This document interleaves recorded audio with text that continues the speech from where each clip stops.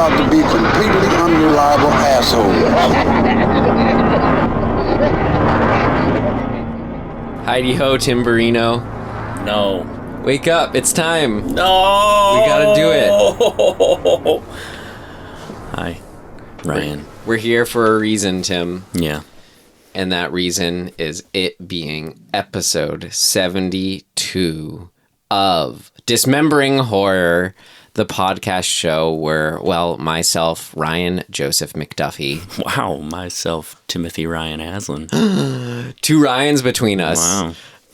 Well, we dismember a horror film every week. In fact, we talk about what worked for us, what did not work for us, and anything we found interesting or noteworthy, at least. And we're trying to cover the breadth of horror films we have not seen that we should see because we feel like we can see them and we want to see them. Emphasis on should see.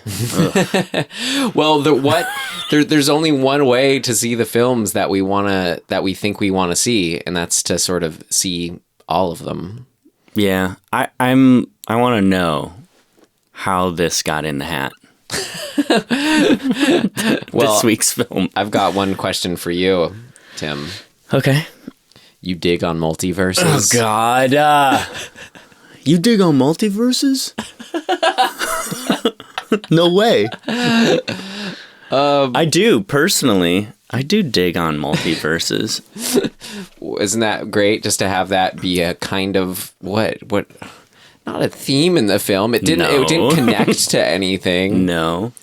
It's like somebody was like, hey, what's a thing kids are into? But it connects to the movie. Barely. It does, though. Barely. It's like the box accesses all the multiverses, though. Does? That's what it's doing. We'll have to talk about it. You mean we got to dig on it? Yeah. Dig into it. Our film this week was 2017's Wish Upon. How did it arrive in the hat, Tim? How the fuck did it get in there? Well, because I put it in there. God damn you. I mean, technically, I put it in there. Yes. I wrote it on our list. I think it's because it's worth just checking up with what's out there. Yeah. Sometimes in order to cover our tracks. Our bases? Our bases, yeah. Sometimes you just, you got to check in with what's going on. Oh, so much sighing. Well, I don't know, man. It's kind of an interesting movie to sort of look at historically in like film evolution, like what it is. Yeah. Like, because it's not, it's somewhere between a Blumhouse and like a 90s thing. Yeah. Yeah, that's true. And it has a weird... What a fucking shit place to be. Right? Ugh. I don't know. It was just... I don't know. I guess to get into it... Well, first, no. We have our trailer to get into it. So let's just get that out of the way. How about... Okay. All right. Here it is. I found... This is trailer number 3 for Wish Upon. Mama?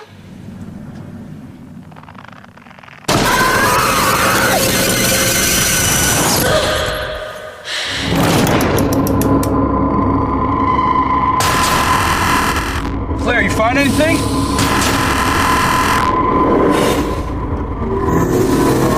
Seven wishes. My bad. I wish Darcy Chapman would just go rot.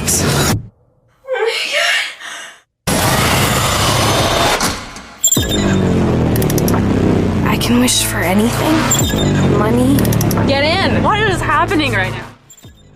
Maybe I saw this trailer when it first came out. I was just left with so many questions. That's why I had to see it. How could you be left with any questions? They just showed you the whole movie.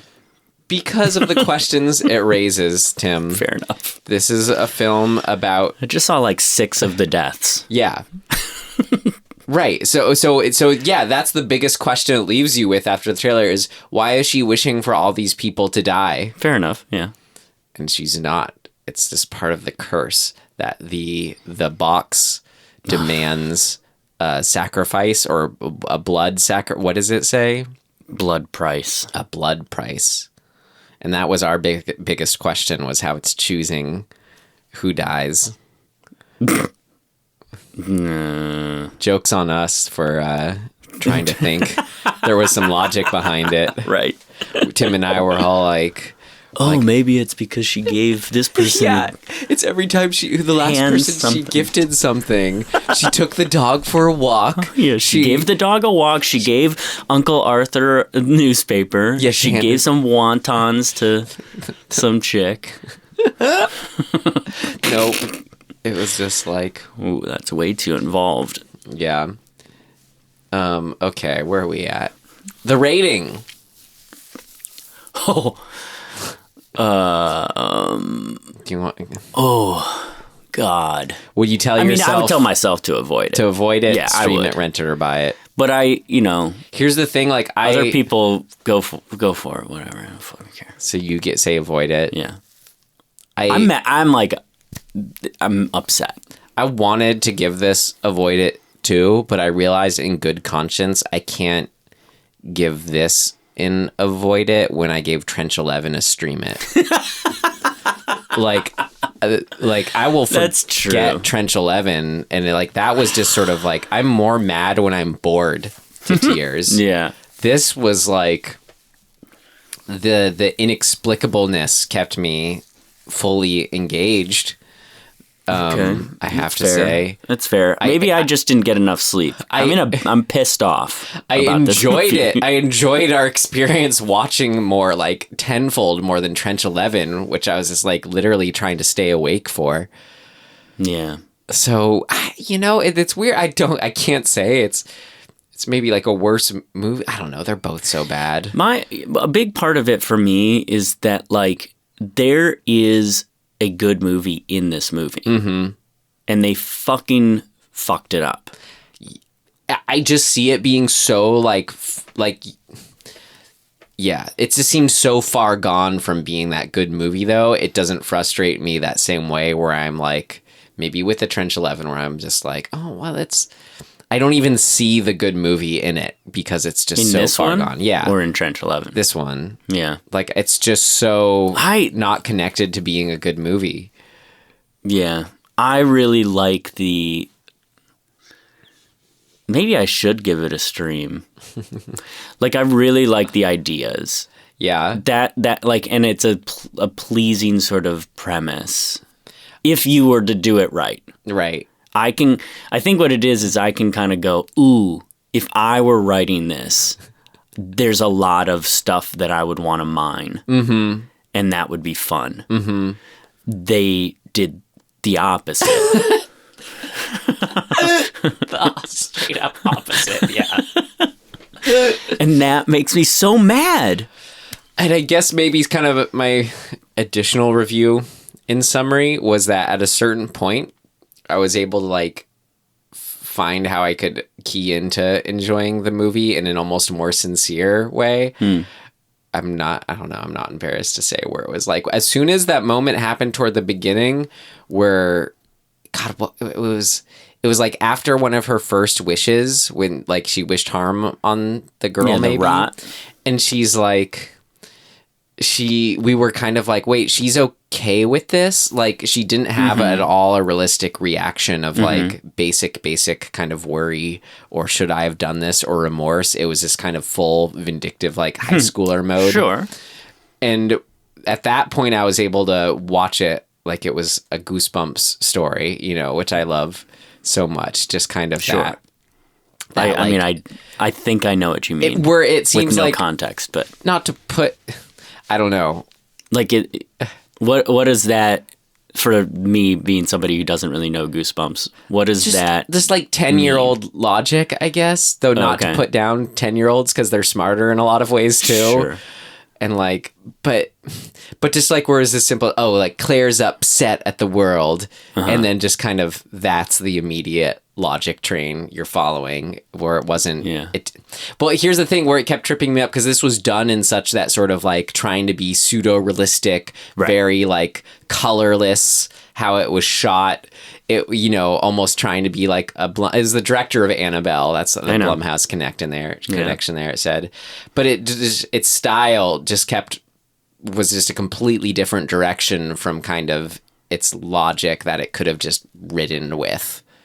Well, and yeah, it also is for a movie that sort of predicates itself on absurdity. Mm-hmm. It has absolutely no fucking sense of humor. And that's, you know. Yeah, it was humorless. Like, come on. Right. I was on the verge of being into it because I kept thinking it was going to be almost like Not Another Teen Movie, sort of, like, put that in there. Mm-hmm. Mean Girls has humor. I mean, that fight that they have. That was close. I was like, almost. But so, I kept thinking it was serious. Right, that's a big problem. When it's so illogical, I guess. Well, God, I mean, is this something that I should get into more later?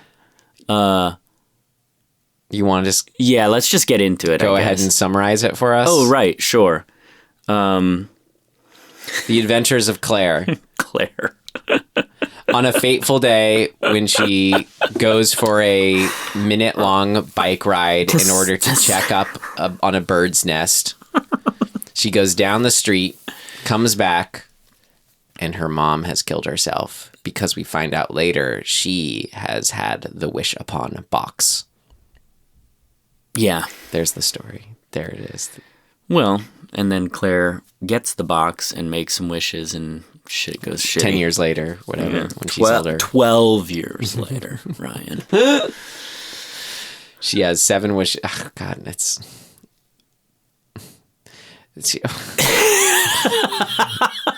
it's about her going wish by wish for what she wants, whether it's to get the inheritance, to get the guy to like her, to get a purse. I wish for that her dad would be so embarrassing. Yeah. And the kind of hook, I guess, or the thing that makes the stakes inexplicably higher is it's not just her wishes coming true, it's the blood sacrifice that has to be paid. Right. And she learns through like the stereotypical like ancient Asian lore or whatever. I'm amazed that people weren't just saying Oriental left and right. Like using this trope is so fucking God. Yeah. Oh my God. But it eventually that backstory reaches Jerry O'Connell too. For inexplicable. But that actually is, this movie should be called Inexplicable. Inexplicable. So people keep dying like that, and it's just kind of random who dies. Her journey is, do I continue to be a piece of shit now that I know what's up? Yeah, or not. She learns that it's only people that are kind of like in her sphere that are dying. Yeah. And what deaths they have, though. I guess I could get behind some of that. I mean, that was... Sure. Those are kind of the highlights of the film, right? Yep. I don't know what actually happens, though. Like... it's a cautionary tale about wish fulfillment. Uh-huh. And, be careful what you wish for, which is literally their tagline. Well, why not? That's like... Yeah. If you're going to go for it, they do it in certain regards. Be careful what you wish for. Actually, in this case, it doesn't fucking matter what you wish for. You're fucked. Right. So don't be careful. Just don't wish. That's what it's telling people. That's the story.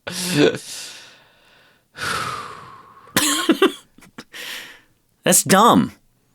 Why is it so dumb? Do you have anything that worked for you?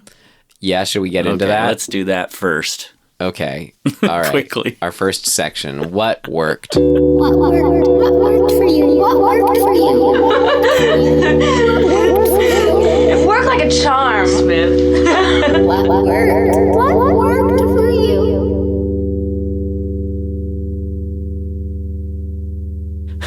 This was the hardest for me to set out to do the notes, Tim, because everything, like, I didn't know what section to put it under. Yeah. Like, okay, I already said how I was able to kind of key into it like a Goosebumps book as far as the stupid story. Yeah. But like the style just did not support that. I liked the box itself and that it had like the musical, like that tone to it, like the thing, like an actual music box. Yeah. And we saw its mechanism going and it felt sturdy and it had a little cool mirror on it. And there was a demon statue we saw associated with it. That was neat. And it like took on a presence of its own when she puts chains on it and it breaks out. That's what I mean. Like, that's funny. Yeah. Let's make fun of it and be funny. But like, they were be doing a funny it movie. seriously. I said this. I like the concept of, you know, if you are going to wish for things, like you have that power, that you actually do need to be a little bit like savvy about it because there are potentially unintended consequences. In this one, the consequences are just intended, right? Like they're just what they are. You're fucked no matter what. So be that as it may, the concept of the sort of wish fulfillment with unintended consequences and having to learn how either to solve that for yourself, like once you realize what you've done, and also the journey of like, oh shit, realizing what you're doing has unintended consequences. I guess they're intended either way, but like the learning of that and then trying to fix it, all of that is interesting to me. Weighing the risks. Yeah, and like, can Reward. you beat the invisible force? Like, I like that concept. Right. How do we defeat the curse? Right. That's cool. And in order to get to that, this movie doesn't really do that, right? Like, it doesn't do that thing. But the concept, I think, is cool because it gives you the opportunity to parallel somebody's internal struggle with this supernatural struggle. And that can be fertile ground, right? Like there's a lot to figure out within that. And there was one other thing about that construct that I was going to say. Now I don't remember. But I think it's a cool idea. Yeah. Oh, in order to beat the thing, we need two pieces of information in this construct, I think. Two really important pieces of information. One is the internal struggle. The character has to learn what their internal struggle is to actually identify it and look at it. Mm-hmm. And two is understanding the reason for the curse. If you can get those two things and mirror them in some way or have them be related in some way, the solve when it happens is cathartic because we go, oh shit, It seems she like got it. Yeah. It was kind of being set up to be that. Yeah, they tried, but I think failed. So fine. But man, like, I don't know if they almost tried. almost some cool shit. Well, they tried insofar as they said, yeah, it's just this. Okay. I don't know. Beyond that, Tim, come on. Beyond that, we got to give credit where credit is due. Tim, I got to remind you here. I can't think of out of all. This was what the 72nd film we've watched. Okay. I got to give credit where credit is due. We've watched Last House on the Left remake, that second half of that. Remember that, like how intense that was. Watched some like Argento stuff with some real like body horror suspense. We even watched a Cronenberg movie. But can you think of any film that we've watched that had us cringing in visceral nervous anticipation as much as the garbage disposal scene? I can't Maybe think of not. any scene in any film we watched that got a bigger reaction out of us. it's just so real. It was so cheap, but you don't see it done. Yeah.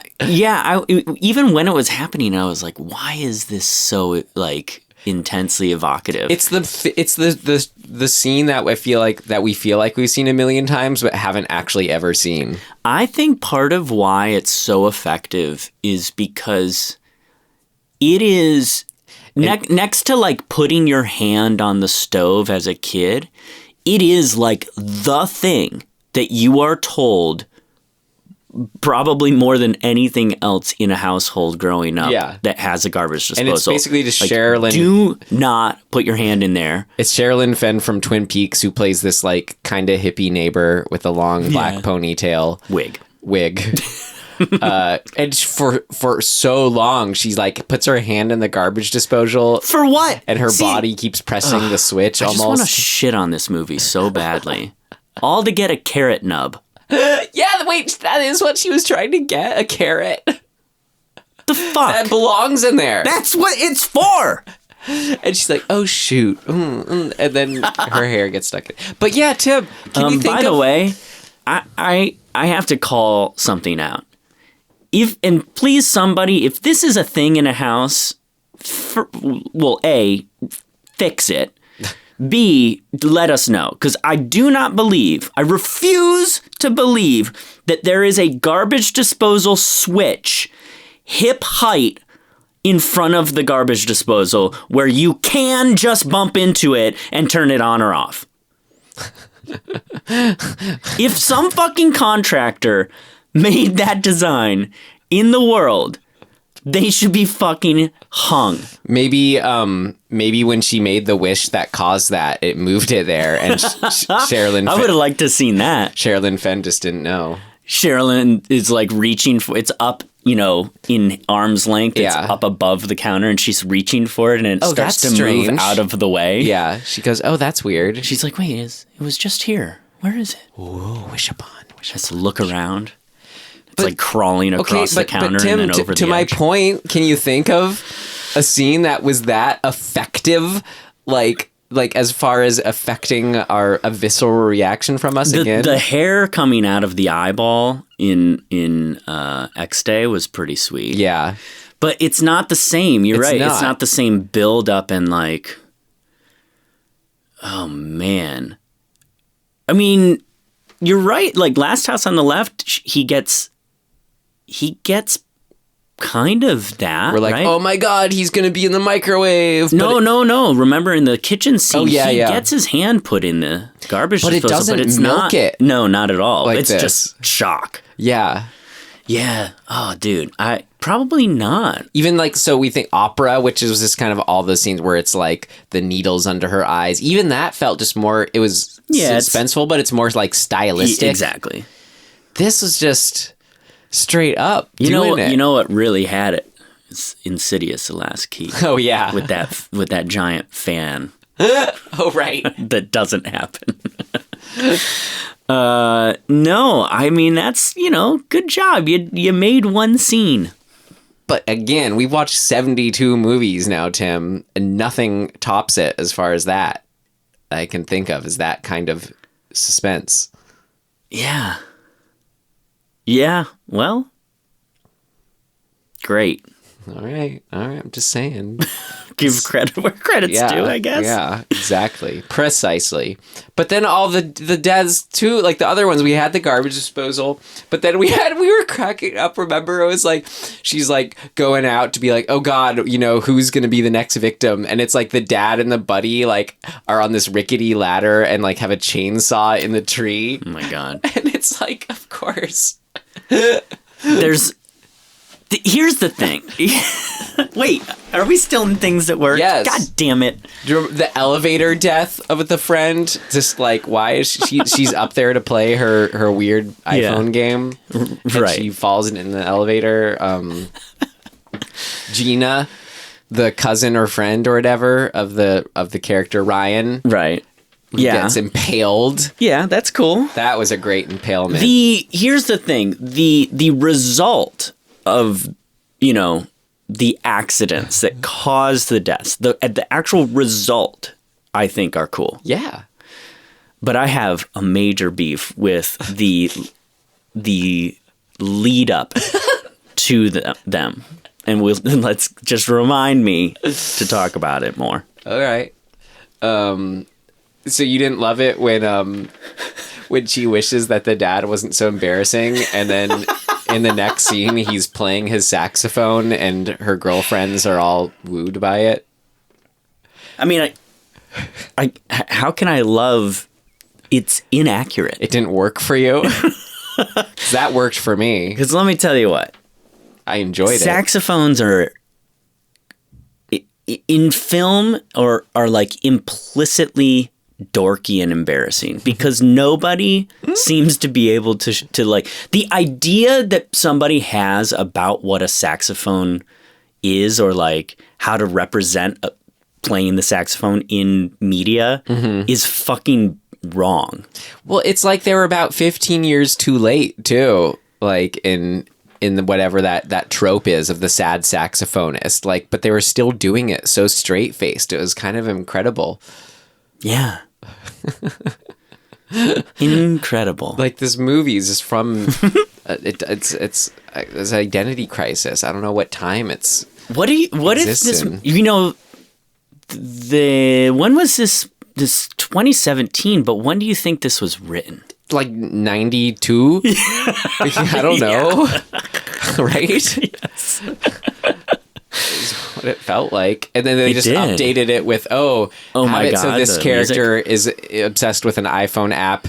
And then make it so she has 12 Instagram followers because she's sad and unpopular. Yeah. That's pretty good. You didn't like that the dad was a garbage picker? That worked for me. Because I couldn't, because it was ridiculous. It works for me as a story element. It does not work for me in the casting. It just amused me.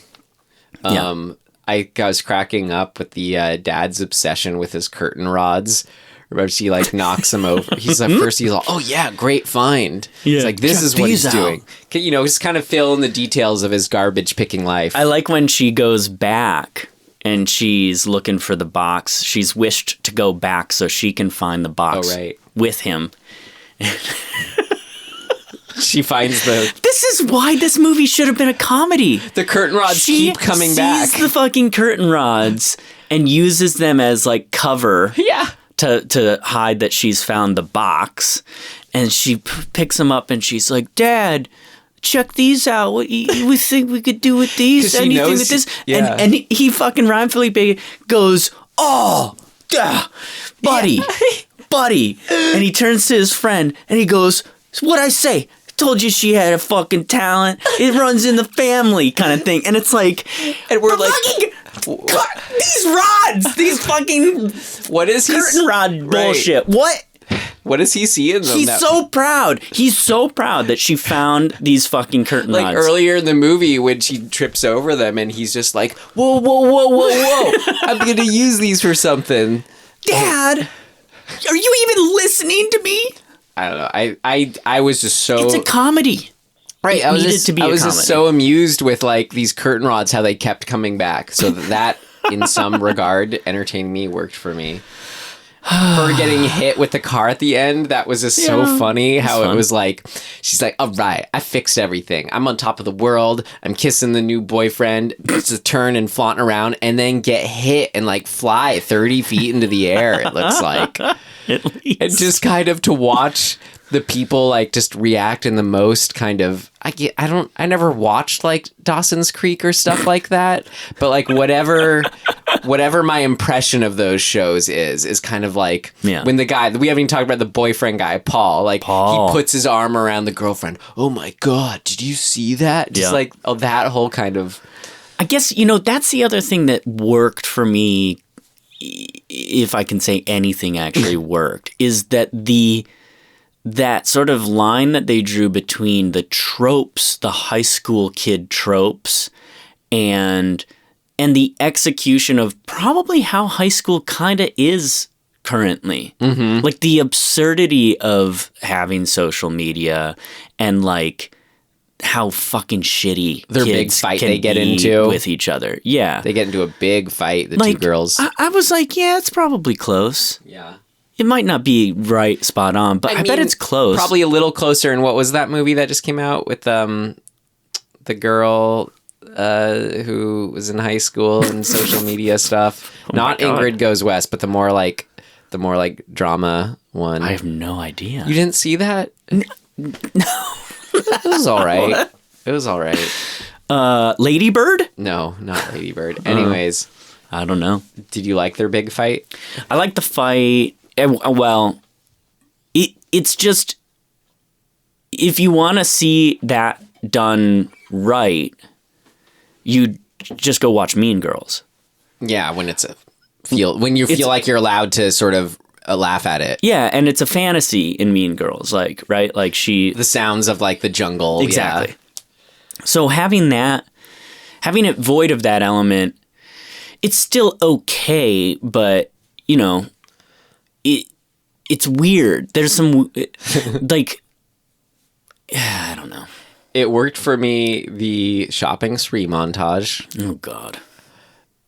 Sure. You didn't have fun just seeing her and her girlfriends just like, we're living it up. We're doing this. We're doing that. Yeah. No. I mean, it was just so like... It's such a weird, cliched thing. But that's why it was amusing. That's why it should have been a comedy. Because it would have been fun. It wasn't fun. It was dumb. Maybe where I had so much fun in this was just like your misery from all this stuff. I think that's why I'm able to enjoy it so much. I mean, in the weirdest way, you're right, because I was engaged. Yeah. Way more than Trench 11. I mean, I fell right? asleep in other movies. I didn't fall asleep in this one. Right. So This story keeps us going. Do you like when she wishes to be the most popular girl in school and she shows up at the party and everyone's just like, oh yeah, there she is. Woo! I do like He's that. like behind her, Yeah. like woo woo woo. Yeah, comedy. But it was. But it's not. But it works if it is. It really works. But I enjoyed watching it. I did too. That part. So it's all our definition. The idea is fun. This is where I was so conflicted on just our Yeah. our whole system of what worked and what didn't work. I know. I'm like, all these things, I have them also for what did not work. Individually, I think a lot of these things work. In the context of the actual movie, they don't. They're shit. Mm-hmm. Then that's a weird place to be, because it's like, well, wait, what do I actually think then? Yeah.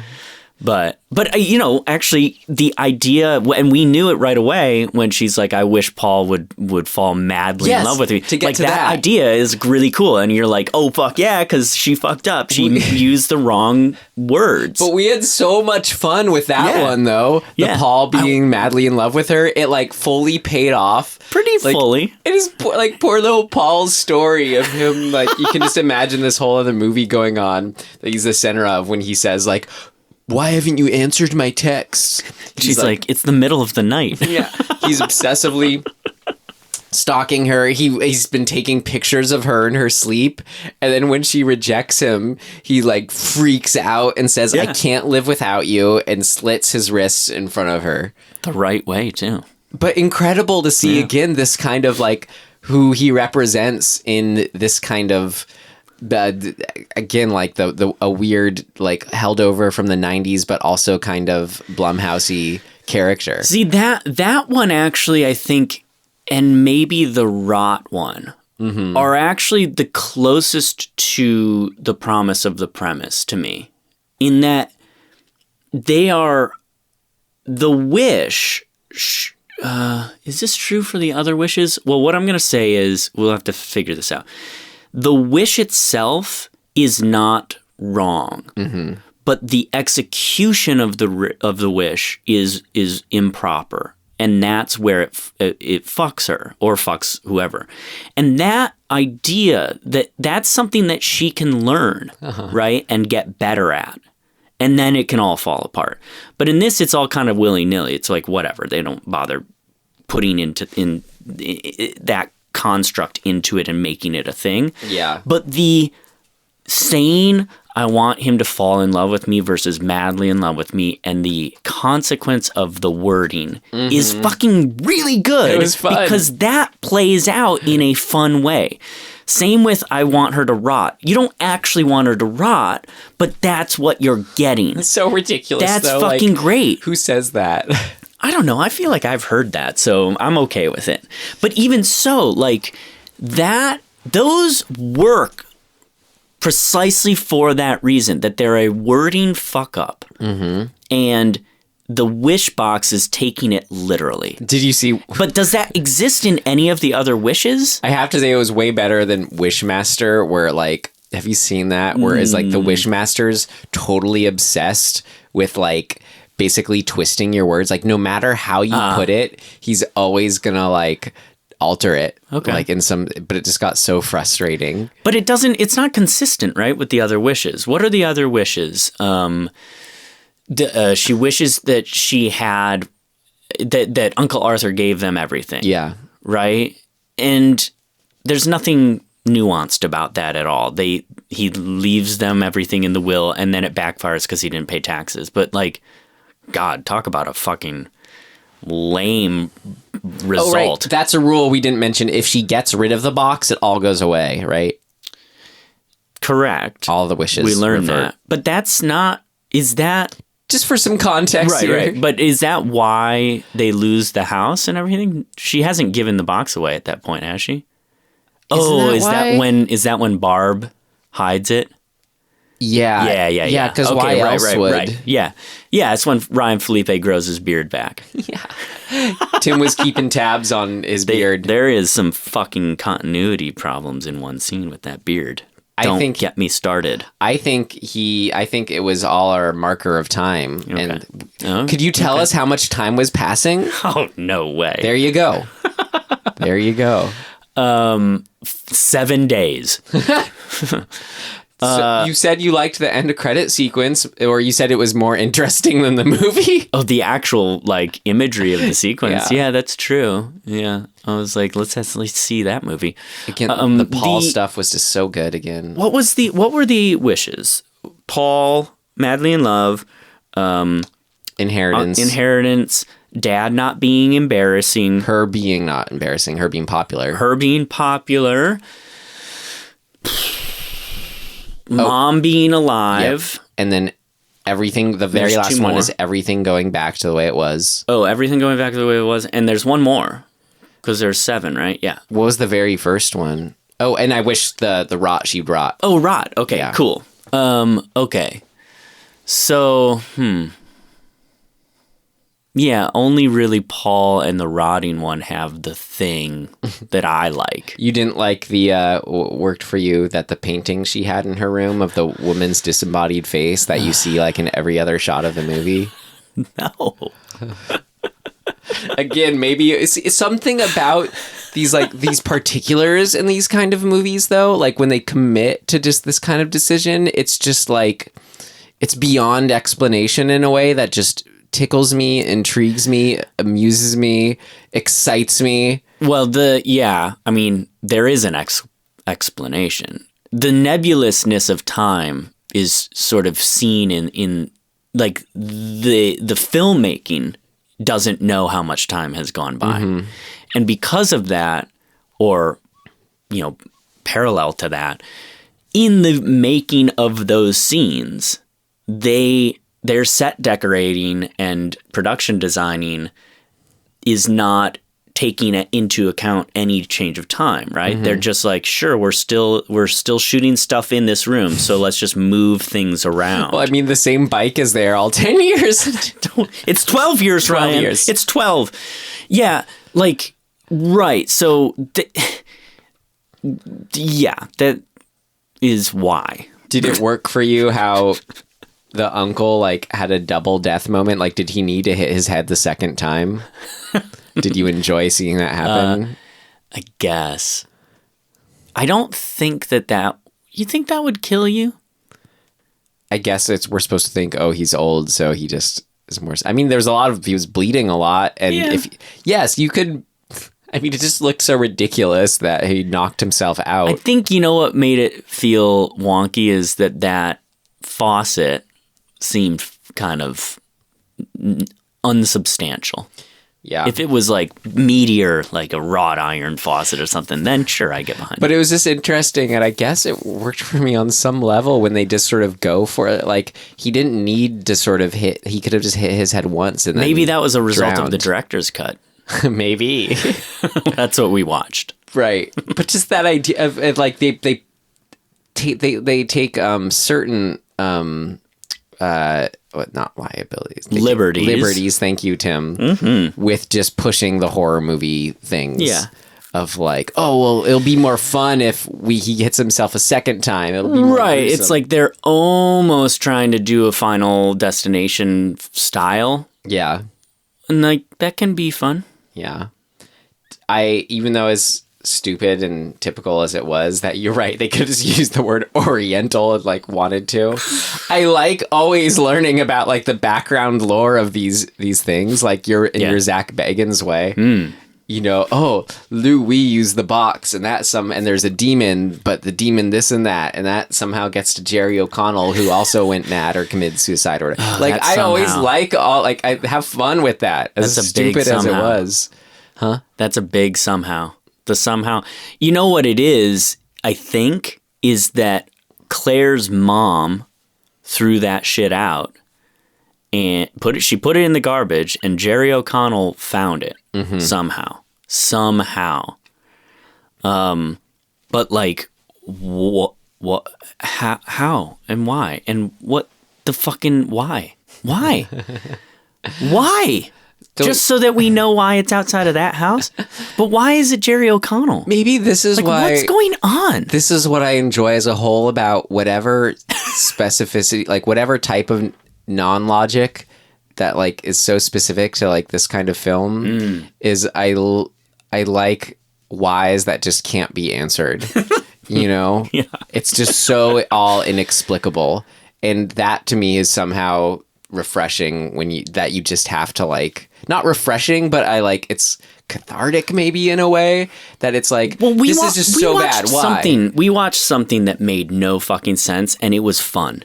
What was it? It was pretty recent. Again, the stuff. Yeah, the stuff. Where it's like, who gives a fuck? Right, well, that's built into its but that's DNA where it's like, it works. Like, it only lends itself to this. But this, I don't know. It still does that for me, though, of like, I have to throw my hands up in the air, you know, at a certain point. Okay, yeah, no, yes.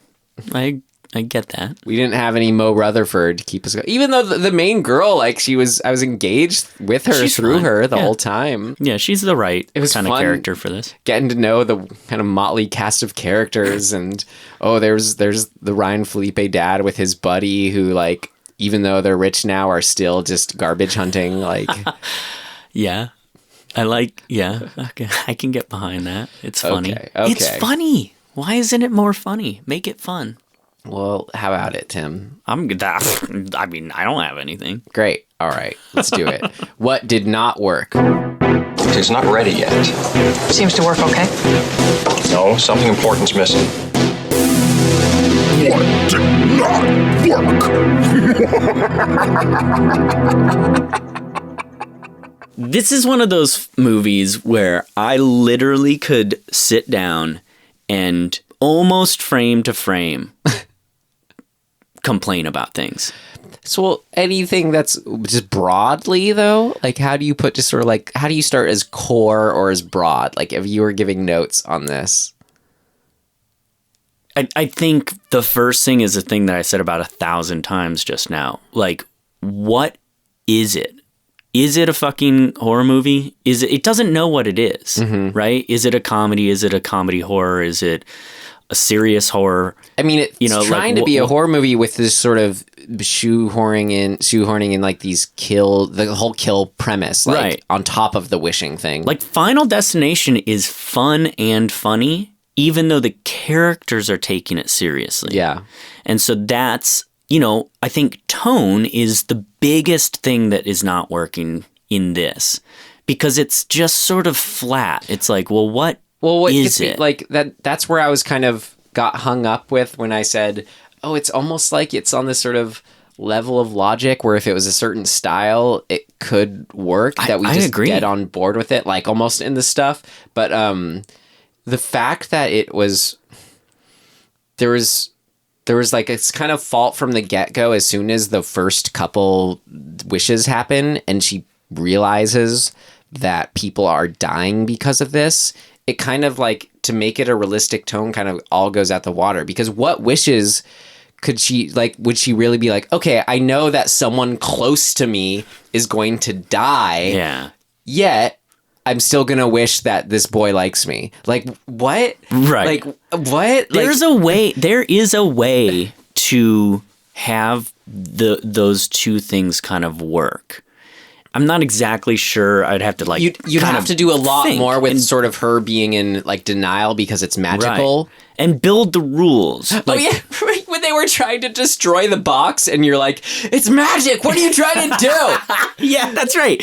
Yeah, you can't smash it. They try to burn it. It literally granted you wishes. Yeah, it's fucking magic. It's a magic box. You think you could just toss it in a fire? Get on board with the rules. You've already made wishes that have come true at this point. You know what this movie fucking needed? It needed the character who knows the shit. Mm-hmm. Who's literally like us. He or she is the hang the lantern on Wasn't everything that what person. the kind of cousin or whoever that was supposed to be? The friend, the cousin, the sister of the Ryan? No. But it needs to be like a close friend. It needs to be somebody who's commenting in the scenes where it's we like... have Barb and the other girl right there. But they're just telling you that it's a bad idea. They're not saying, hey, let's just for a second... let's say... The guy... They got to hang a lantern on it. They have to... Somebody... Yeah. The quote-unquote nerd expert who's seen every movie ever or something. I mean, that needs was to come in and be like... The Ryan character was kind of... Could have just been that. He kind of was that. Almost. But not enough. Like, I'm not saying any of these people were. I'm just saying to make a point, all these people could have been or something. No, he's probably the closest. Yeah. But he's not a close enough friend. Like, he should be... Why is he a skateboarder versus whatever nerd they need him to be? Right, like if they already go through the convenience of having her be in a Mandarin class when she discovers this like Chinese box. By the way, bougie fucking school with this Mandarin class. Jesus, we had one in our 1,000-person school. Wow, shit. Not a lot of people took it though. Some people did. So yeah, I mean, there's ways if you're gonna do a teen movie. Mm-hmm. And you're gonna have all these other tropes. Why are you missing the nerd? Yeah. Like, why are you missing that? Like, I feel like that's what he was. And find a fun way to do it. Like, they thought he was, but then they were like, oh, but let's make him a cool nerd and make him skateboard. Yeah, it's like making Peter Parker a skateboarder in The Amazing Spider-Man. It's like, what the fuck are you doing? Like, no, that's not right. It's wrong. It's fucking bad. So, but like, have somebody who can come in and be like, you're doing it wrong. Yeah. Here's why. And they can be wrong in their assessment. That's fine.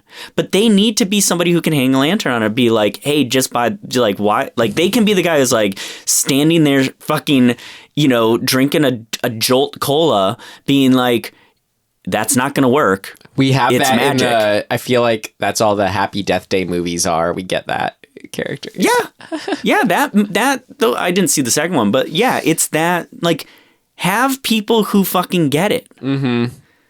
Don't make everybody such a two-dimensional dipshit that who cares? Who the fuck cares? Ryan Phillipe just fucking dumpster dove after inheriting a mansion. Like, I'm just like, fucking whatever, dude.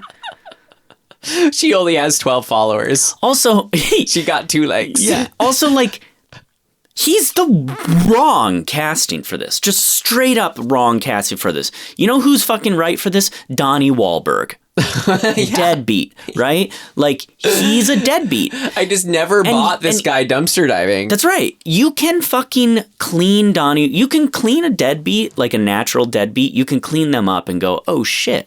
But you can't dirty up Ryan Phillipe. Ryan Phillipe is like 1997 heartthrob. Like, what the fuck are you doing? Putting that patchy ass beard with no mustache on is wrong. First of all, nobody fucking has that fucking beard. Yeah. Nobody. I had that beard when I was fucking a sophomore or a freshman in college because I couldn't grow a mustache. Right? Like, nobody chooses to have an Abe Lincoln. Yeah. What the fuck? But he's not doing so hot, Tim.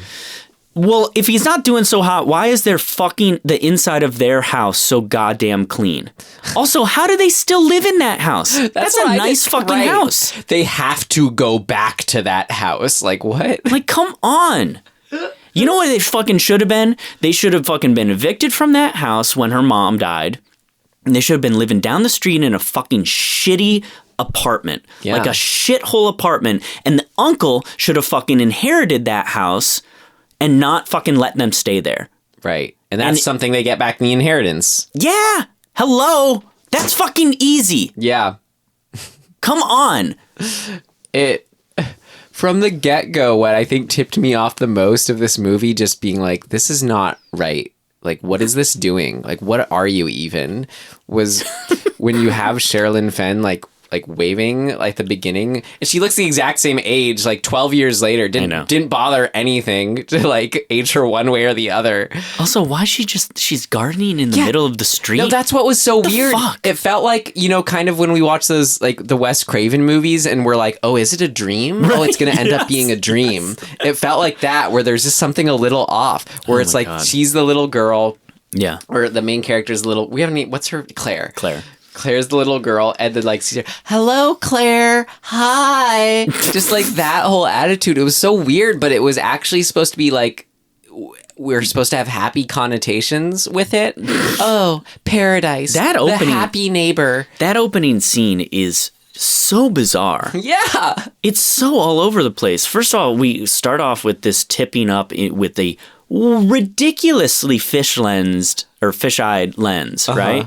And so we're like panning up and over and down to the house, and it's like, what am I supposed to feel from that, right? I mean, other than nauseous. Kind of like the last shot of the movie that goes into her eye. We're like, what is that doing? When was this a wish? Fucking weird arbitrary. Yeah. Right? And then we've got like, we kind of have like a Lynchian like soundtrack and like a little bit of that like glowiness to the image. And she rides her bike, and there's a wide close up of her on the bike that's like moving with her, like it's attached to the bike, which has a weird feel to it too.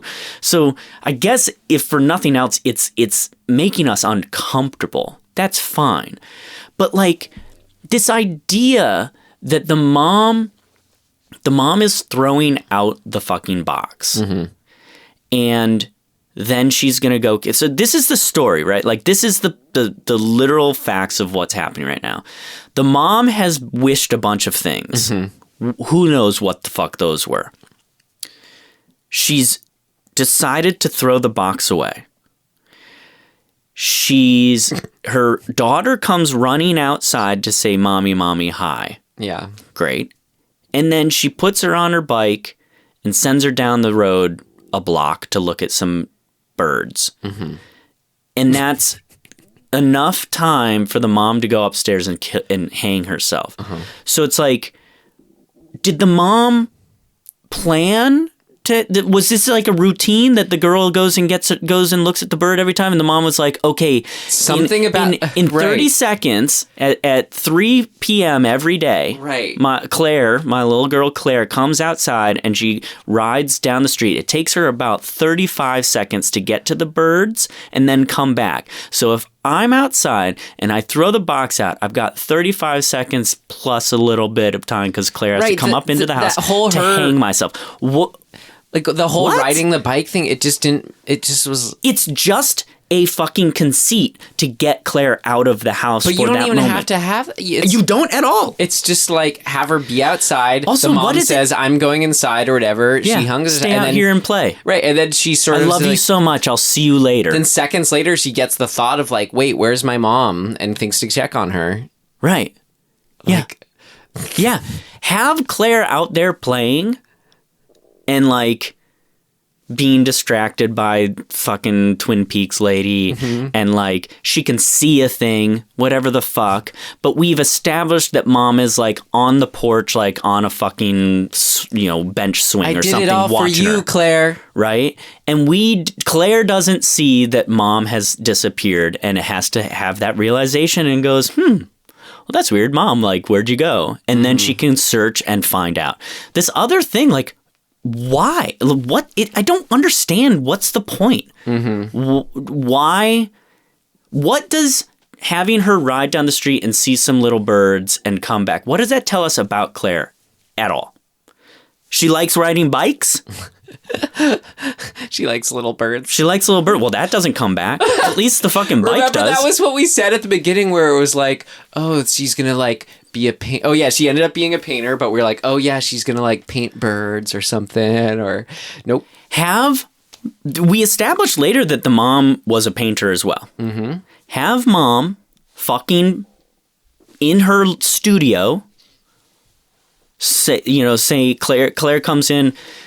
Mom, can I play in here? And the mom's like a little harsh. No, not today. Claire's like, oh, fuck. Mom's in a bad mood. Okay, fucking whatever. She's like, go play in the yard. I'll watch you from the window. Wait, why? Okay, so you know what I mean? Like anything. I'm just trying to figure out the movie now. So we know Claire died at the end because she wished everything back, and she was the blood sacrifice. But that was not against. But that was her being killed externally. Why? What could have gotten the mom to actually kill herself? The rule of the box, as we know it, is you get 7 wishes. When you make a wish, each wish comes with a blood price, and the final blood price is your life. The demon takes your life. It says it takes your soul. Oh, it takes your soul. Okay, so great. Not necessarily your life, whatever that means. Well, let's make an assumption that they think it means the same thing. Nope, I can't. Okay. I don't. So, because Jerry O'Connell, like, the demon comes and gets him, right? Like, he, like, locks himself in a room, and the demon comes and fucking busts the room. See, there you go, the door taking open, his right? soul, yeah. So, okay, so if that's what's happening, so the only way to not have the demon take your soul is to kill yourself. Wait, where was the demon coming from, do you think, if you had to break into the room? The dumpster? Like, why not just... the box. Why not? Okay. Coming from the box. Right. Wait, but... It doesn't make sense. Why would... Okay. Make some fucking rules that make just a little bit of sense. Just some rules. So why... What I was getting to was, why do you think the mom killed herself? Did it have to do with the box magic? Or was it just like she was overwhelmed with it all? None of that. That thread that they tried to tie, she like painted a picture of the box, means it fucking makes no sense. What were her wishes that she was making? Like, yeah, like Ryan Phillipe at one point is like, your mom had a really tough life. Because basically we know that she wasn't her own blood sacrifice because she committed suicide. Right. It wasn't a final destination death. Right. Like everyone else gets. So she's killing herself out of guilt for all of the bad shit that happened because of her own wishes. But it's like, that's just... We don't know Why would you do one more terrible thing to ruin someone's life? Like, if she's apparently made their life looks fine. Like, how has she been screwing everything up? They seem like they're doing fine. I know, right? Like, well, we don't know. Like, maybe she's like, I can't live with this dumpster diver anymore. Right. Maybe it had nothing to do with the box. Maybe she wishes to not have the life that she has, and then she just feels like against her will getting taken over and like commits suicide. No, but she's already gotten rid of the box, so she knows it's... I know. So everything should go back to normal and she's fine. Fucking whatever. I just don't know why she killed herself. I want to know why she killed herself, Tim. So that Claire can be like, this is your fault. Yeah. Again, and then from the get-go... And that doesn't make sense. And right from the opening scene, I have to go, you know what? I just can't know this why. I just have to let go of that, Ryan. I guess, but fuck. If you're gonna weave this kind of thing in, that like, oh, the mom had the box, you better fucking have a reason. It was just by merely the fact that showing later on that she had painted it, it was supposed to like make everything click somehow. Also... Let me just fucking insert this. if the mom had the box, painted painting of the box, you're going to tell me that fucking Ryan Phillipe didn't know that she had that box? Right, she must have been making all these wishes affecting his life, right? Maybe she wished that he had that chin beard. Right. I wish he had an embarrassing chin beard. Well, how about, I'd kill myself for wishing that, how about too. one of our other favorite parts, Tim, when he is crawling. This is the thing I think you wanted to talk about, too. Yes. So cut between the girl in the elevator who's going to die. We also have Ryan Phillipe, where we're like, the dad we just talked about, like, maybe he's going to die, too, because he's crawling underneath his car as he's changing a tire to get the keys that he dropped. But No, there's the nut. He drops the nut. He drops the lug nut. But or whatever. they're outside of the car. We see it. It's like they're on the other side of the car. It rolls under the car to the other side of the car. Instead of just walking like around to get it, he like he like super intensely like gets on the ground and like stretches and stretches. So here's my issue with almost all of the deaths. They are not the result of like the demons. It's not Final Destination where like supernatural shit is actually like happening that they can't get away from. It's like karmic forces in some mysterious way, paranormal way. Every single fucking one of those deaths, except for the elevator, I think, that are really the result of them being fucking clumsy or dumb, right? The Uncle Arthur, we don't know about the dog. Who the fuck knows? Well, the dog was chasing rats he shouldn't have. Remember the rats dropping down? What the fuck was that? Wah! It was like dropping down from where? It was a jump scare. So weird. But my point is, Uncle Arthur is just clumsy, right? He shouldn't be. He's old. Like, and so is the neighbor, be more Sherilyn careful. Finn. Yeah. You have a ponytail. First of all, we've established that you fucking are a complete idiot. You're putting your fucking hand in a garbage disposal. For a carrot. For a fucking carrot nub. So you're dumb. Uncle Arthur's dumb. Yeah. Clumsy and dumb. The dad who almost dies by calling... The dad crawls under a car that's jacked up. Are you fucking insane? But so you were saying... And then also Gina just trips on the rug. Turn the fucking light on. Yeah. She trips on the rug and impales her head. You know that's your place. You know that fucking sculpture's there. So... You're just dumb. You're all just clumsy and dumb. But you're saying as far as like why crosscut between... Is it going to be her in the elevator or is it going to be him under the car? Yeah, like it's some sort of fucking like, ooh, is it going to be this or is it going to be that? But you made it say it's like, is the demon messing with us, the audience? Yeah, like it's not like Claire's standing there playing tennis, like looking back and forth, like, oh my God, like my dad is under that car over there. Oh my God, my friend's in that elevator that might inexplicably Why does the curse care?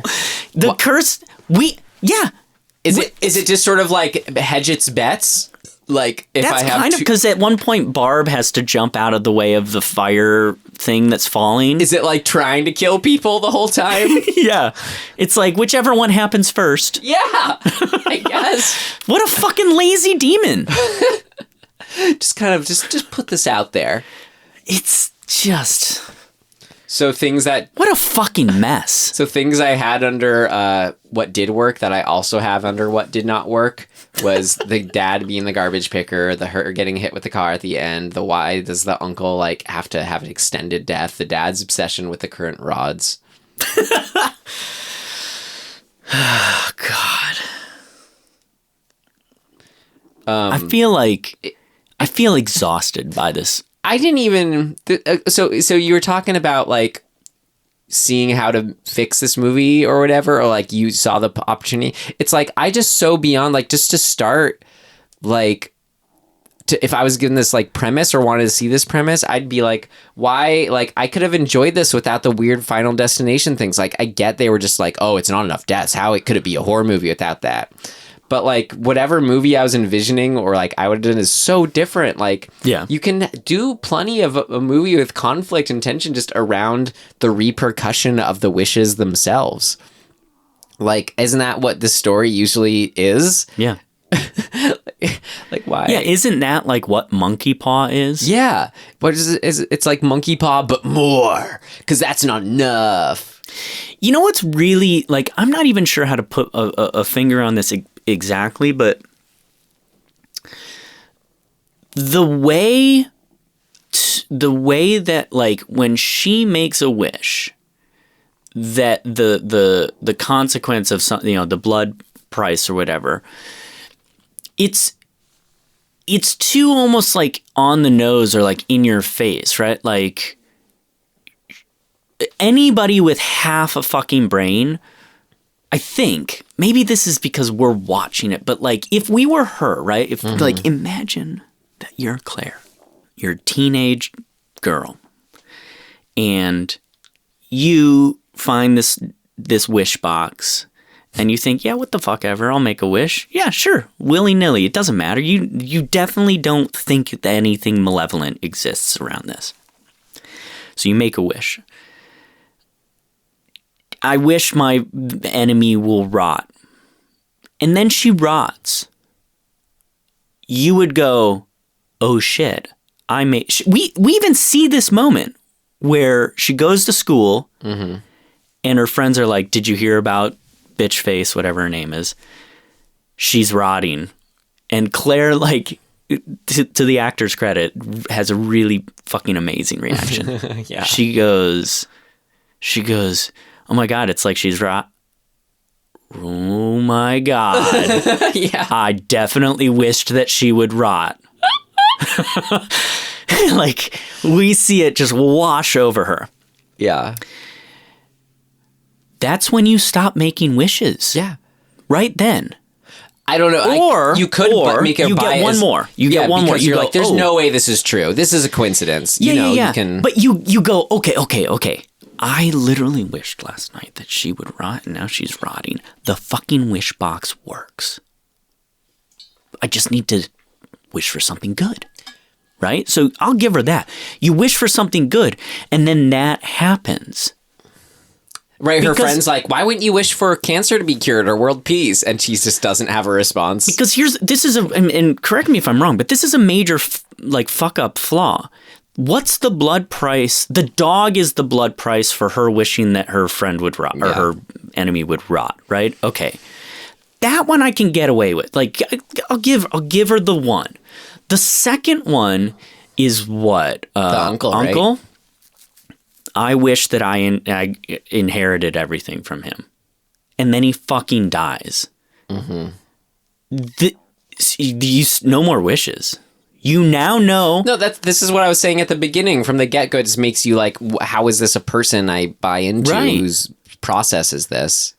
I don't know, man. Like, I think that the cause and effect is too close to her. Yeah.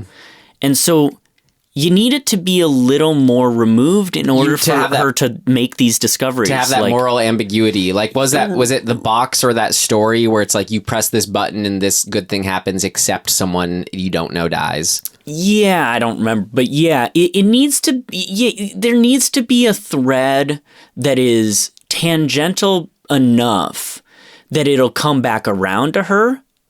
But, that she can't really key in on right away. Mm-hmm. Otherwise, we're like, you're an asshole. And then who gives a fucking shit? I don't care if she learns a lesson. She sucks. Mm-hmm. She's a fucking dick about it.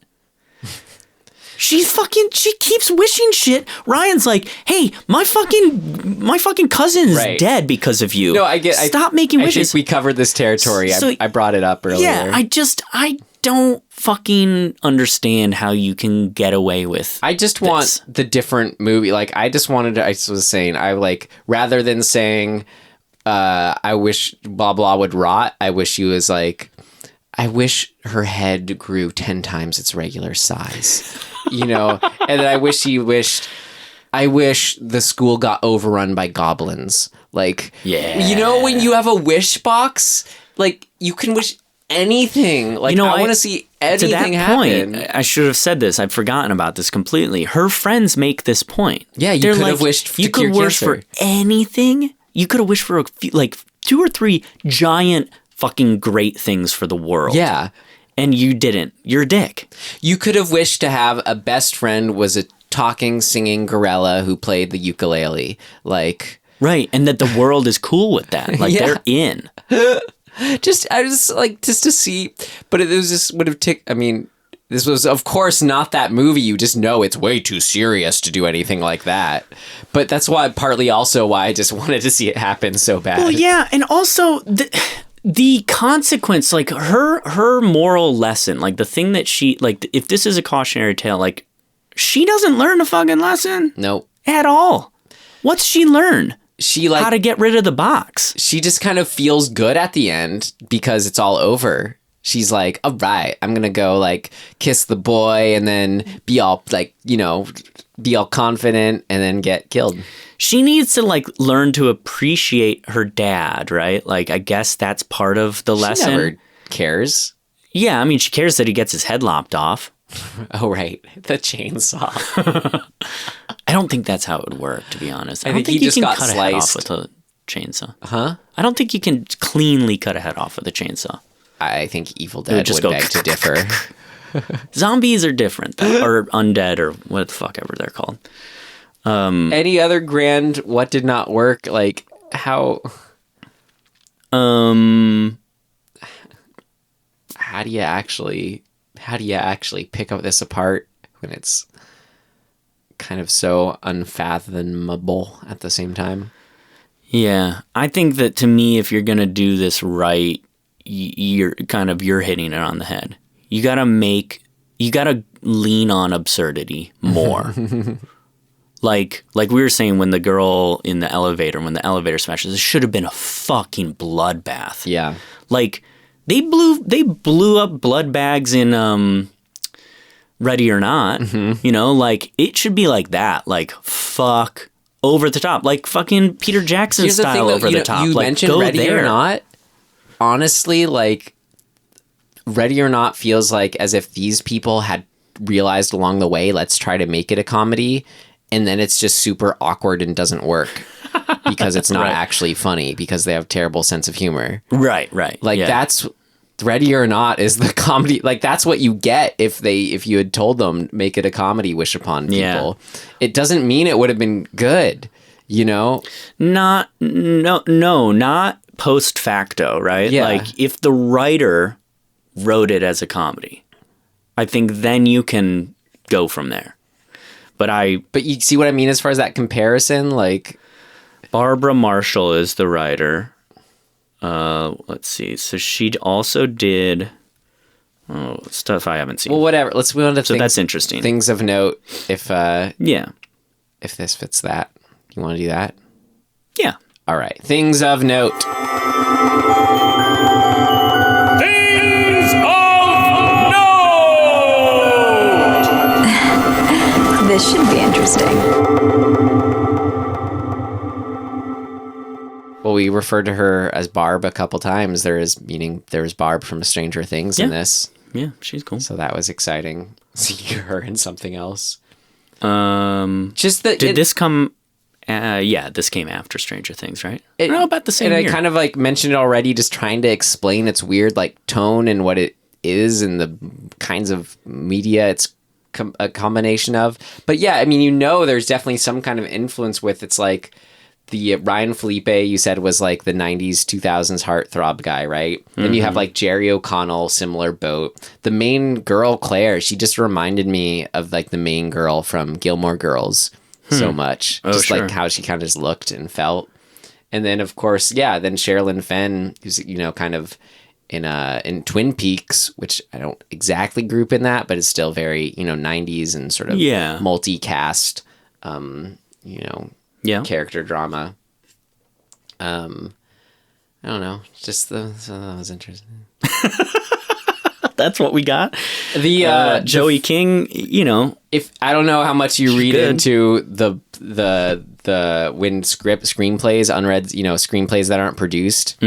there's that that kind of like industry thing called the blacklist. Yeah, of like all the really good top scripts that are unproduced. I just rolled my eyes a little bit, but Well, you should, because this film screenplay was voted into the 2015 blacklist. What does that tell you, Tim?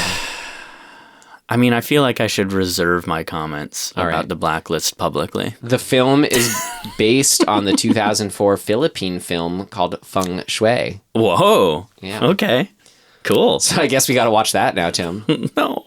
Well, I mean, yes. Can it be worse? Yeah, now I wish I had looked into that more, because now all these questions we had about, like, did they actually, how different was their approach? Yeah. So we watched the director's cut, or the unrated cut, whatever. It's in the theatrical cut. So there's 14 differences between the two, Tim. These are just the numbers for us. There's 8 extended scenes with alternate material, 6 extended scenes, 2 scenes with alternate material, and the unrated director's cut runs 58.68 seconds longer than the theatrical version. Wow. And lastly, I have, so after some of the initial credits, like the cast and blah, blah, blah, we have a credit that reads, "Thanks to Kim for always watching over us." Never seen that before.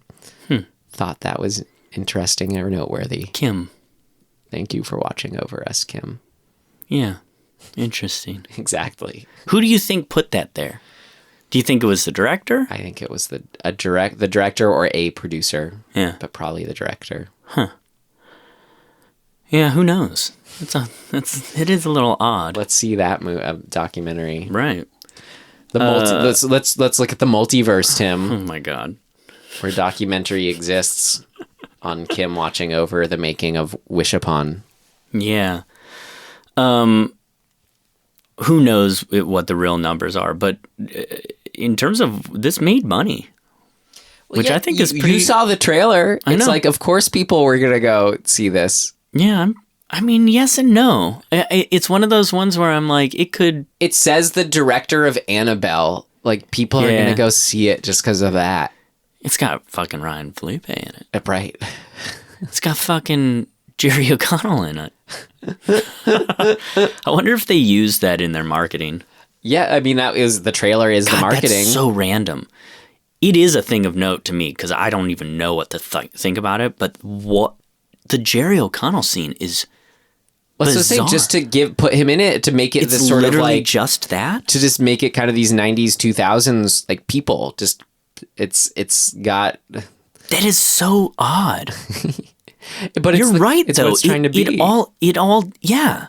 What the fuck? Like, what's that all That's about? what- and that's It's what- freaky. I was able to enjoy this, like, in that sense of, again, I never watched Dawson's Creek, but it's like, what if a wish box was just in an episode of one of those shows, like one of those 90s, 2000s teen Sliders? shows? No, like a teen show. Oh. Like, let's say something with no... Like Saved by the Bell? No. You know what I'm saying? Like these dramas, like whatever, like a Gilmore Girls, Oh, right, like, right, like yeah. all these things. Yeah. The WB shows, the Yeah. CW shows. Yeah, I the gotcha. ones with no supernatural elements at all. Right. This movie felt like, what if you took one of those and just put a wish box in it? But even those, well, maybe not. I don't know if I No, really even watched those, I'm any of sure those. they're like way better and more consistent in characters, and there's redeeming things. about Right, them. right. But just as far as like when Yeah. you don't watch them and you kind of have a view of like the world they exist in, Yeah. and like how it looks and feels, and like the music choices, all that. Anyways, Yeah, their version of reality. It's interesting. You know what? That's a really interesting fucking thing to think about. Because that means we've officially moved out of homage to John Hughes. Mm-hmm. Right? Like... Oh, we've moved out of homage into John Hughes? No, out of homage to John Hughes. Like, homages to John Hughes films. Oh. We've moved... We're past that. We're Right. now homaging fucking Dawson's Creek. Which were the homages. Which were the homages to John Hughes, right? Like, or something in that realm. But So we're now, it's watered down. Is it homage, though, even though it was made in 2017, it seems like it was genuinely written to be one of those movies from the 90s, 2000s. It doesn't feel like it's homage. Maybe it is just by I see what you're circumstance. saying. Right. But it feels like, no, they were just still in the reality where you write movies like this. That's interesting. Like, you know, it was like trying to write like Final Destination characters or whatever, or like I Know What You Did Last Summer characters as like actually being real, but then this sort of trying to give it some kind of gravitas a la Blumhouse. You know what it feels. Yeah, this is an interesting trap, I think. It feels to me like it was an assignment. Mm-hmm. It was an assignment that somebody said to this writer or hired this writer or maybe whatever, however it came about. But that the assignment was, we want you to make a horror movie that is Mean Girls. And that's it. I know. Or a horror movie that is Mean Girls and Monkey Paw. Like they said, I think they just here's went, what where's it our is. Monkey Paw horror movie? There's money in that. Let's make it a box. Let's get this director of Annabelle. But they said make it a teen movie. Well, I think right? that's just, yeah. They probably say, you know, make it a PG-13 movie. I think it's just so... Sure. Yeah, that's true. But it's that's so, true. everything about it is just, it's the first idea, you know, of like, Right. okay, teenage girl, high school. Right, you're right. Like, yeah, I'm overthinking it. you're overthinking the fact that they would have overthought it. Yeah. But I don't think they did. God.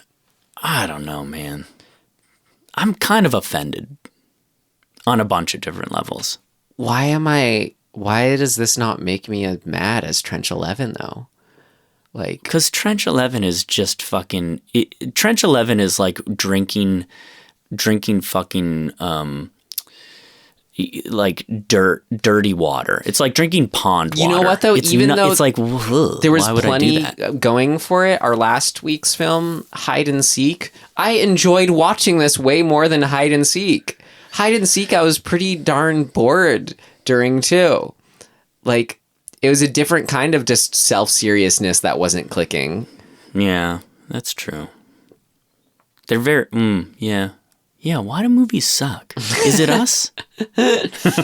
Well, we say this on the, so this will come out in the new year, but we're recording on the 31st of December 2019. Yes. The last day of this decade. Yeah. And were you leading up to some grand thing about us hating horror movies? I mean, I'm just thinking maybe in the new decade we'll hate them less. Okay. Or maybe we'll watch good ones. Well, we haven't done the official stats of how many rents and buys versus streams and avoids. But should we? Time will tell. I don't know. I feel like we've hit I think our we'd rhythm. do that at a year. Yeah. Or 100 episodes. Yeah. We did a year Which we'll be already. hitting this year. That's right. So how long do we have? So stay tuned. 28 more episodes? Something like that. Yeah. Oh, that's 28 weeks. Yeah. It's like half a year. I'm looking forward to it. But we still aren't that close yet. We're like 6 months away. We still got to give or watch take. Wish Upon 2 and 3 and 4. Stop it. It was left open for the sequel. Maybe that's our last thing of note. I would watch that actor. Yeah. Even though he licked his lips a lot. Right. Which is a funny thing from an acting point I'm of gonna view. lick my lips now. I suffered from this. It's like a lot, like young actors in particular often have little tics that they don't realize they're doing. So you have to be called out on them and consciously stop doing it. But he has like a little lip licking tick. His name was Ryan.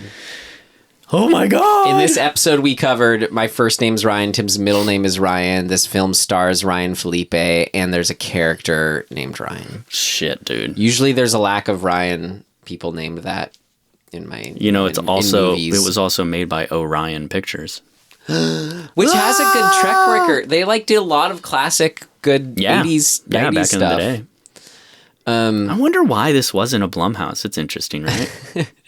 Okay, Tim, do you have any recommendations if we're done talking about this? Yeah. Okay, so I started a series yesterday.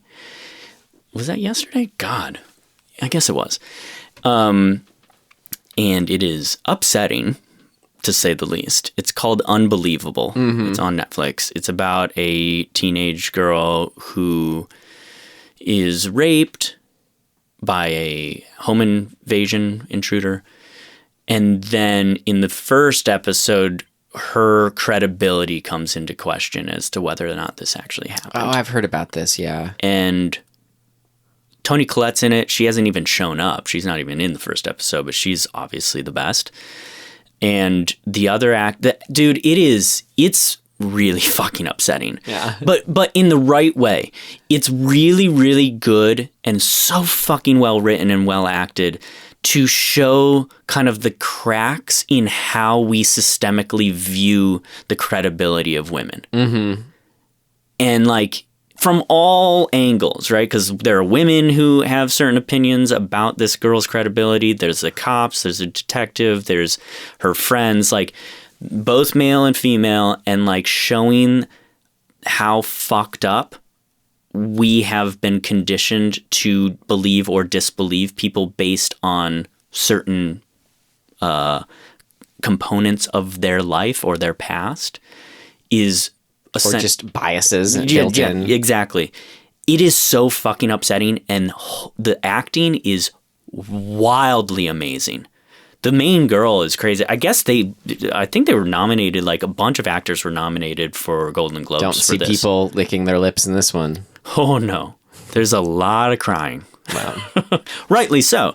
It's super upsetting. I actually ended up being like, I'm not going to watch multiple episodes in a row because I was like, it's really heavy, but it is fucking good. So check it out.